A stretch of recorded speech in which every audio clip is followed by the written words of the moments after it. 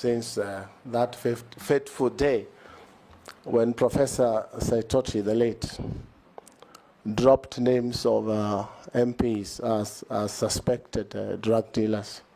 I want to say here on record, Mr. Speaker, I have never, ever dealt with drugs of any kind all my life.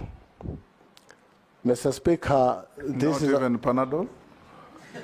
Mr. Speaker, I do not imagine that Junet Mohammed was asking about Panadol. I have some in my pocket if it's just Panadol. But I know he's talking about hard.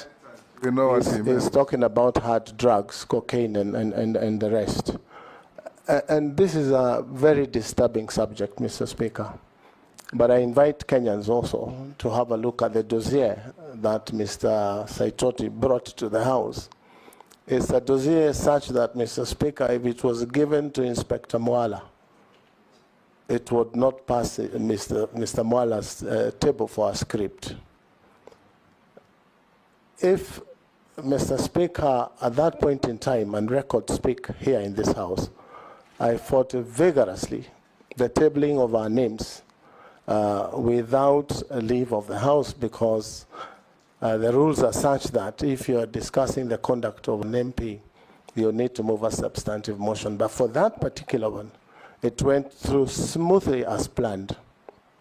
But my point here, Mr. Speaker, the government or agencies, the police, did a thorough investigation, and they gave a temporary report a month later, which was tabled and is part of the records of this House. And they found that I was not culpable. I had never been involved in drug trafficking, and I had never been a driver of the Honorable Mao, as that dossier had said. I actually said, Mr. Speaker, on the floor of this House, that there is no need of anyone trying to do extradition proceedings to get me to travel to the US to answer these charges. I offered myself. They give me a one-way visa, and I'll take myself to any part of the world to answer charges of drugs. It's never happened. So the authors of that dossier probably didn't get exactly what they wanted, but what they got is messing with people's names.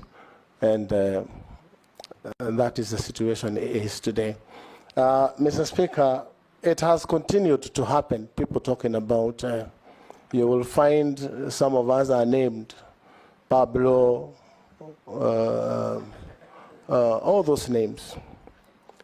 But the truth be told is that I did take some people to court. If you remember, there was a program by Standard called something Mihadarati by Mheshimiwa from Nyali.